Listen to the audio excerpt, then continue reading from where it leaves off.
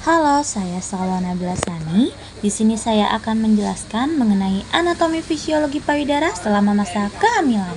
Payudara bukan sekedar organ estetika, melainkan kelenjar eksorin yang sangat kompleks. Selama masa kehamilan, payudara mengalami proses yang disebut dengan mamogenesis, yaitu persiapan jaringan untuk memproduksi ASI. Nah, di sini ada anatomi payudara bagian luar atau eksternal. Yang pertama ada puting atau papilla mammaria. Struktur bagian menonjol di tengah payudara yang mengandung ujung saraf sensorik dan muara saluran susu. Fungsi saat hamil, puting akan menjadi lebih sensitif dan mungkin menonjol lebih kuat, dan perannya sebagai pintu keluar ASI dan titik latch on pelekatan bagi mulut bayi nantinya. Yang kedua ada areola, struktur area kulit berwarna lebih gelap yang melingkari puting. Fungsinya saat hamil, perubahan warna areola akan melebar dan warnanya menjadi lebih gelap atau bisa disebut dengan hiperpigmentasi. Ini terjadi untuk membantu bayi yang baru lahir yang penglihatannya belum sempurna menemukan puting ibu sebagai target visual. Proteksinya, kulit areola menebal agar lebih tahan terhadap trauma isapan bayi nantinya.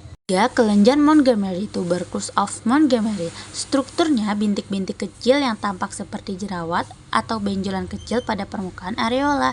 Fungsi saat hamil, kelenjar ini membesar dan mengeluarkan cairan minyak sebum. Perannya sebagai pelumas alami melembabkan puting dan areola agar tidak mudah lecet atau kering saat menyusui.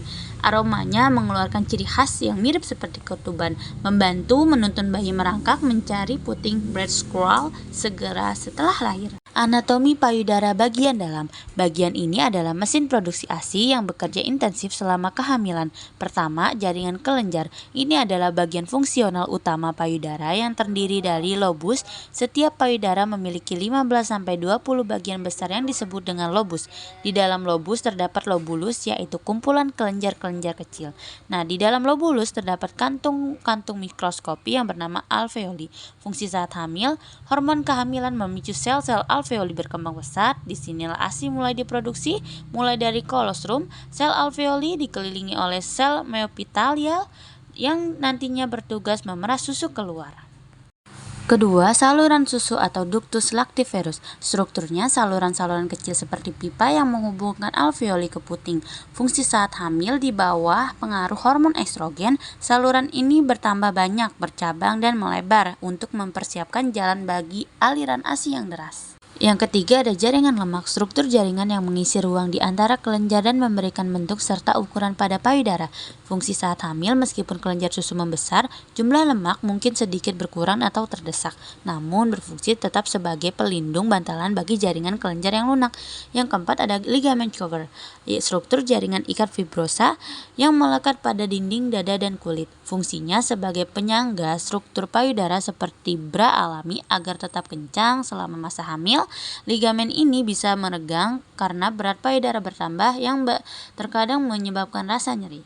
Perubahan bentuk payudara pada trimester 1, pertumbuhan awal payudara terasa nyeri, kencang, dan membesar karena aliran darah meningkat drastis. Pembuluh darah vena membiru mungkin mulai terlihat di bawah kulit. Di trimester kedua, produksi kolostrum atau lactogenesis 1, sekitar minggu ke-16 hingga 20, alveoli mulai memproduksi kolostrum, cairan emas seperti antibodi.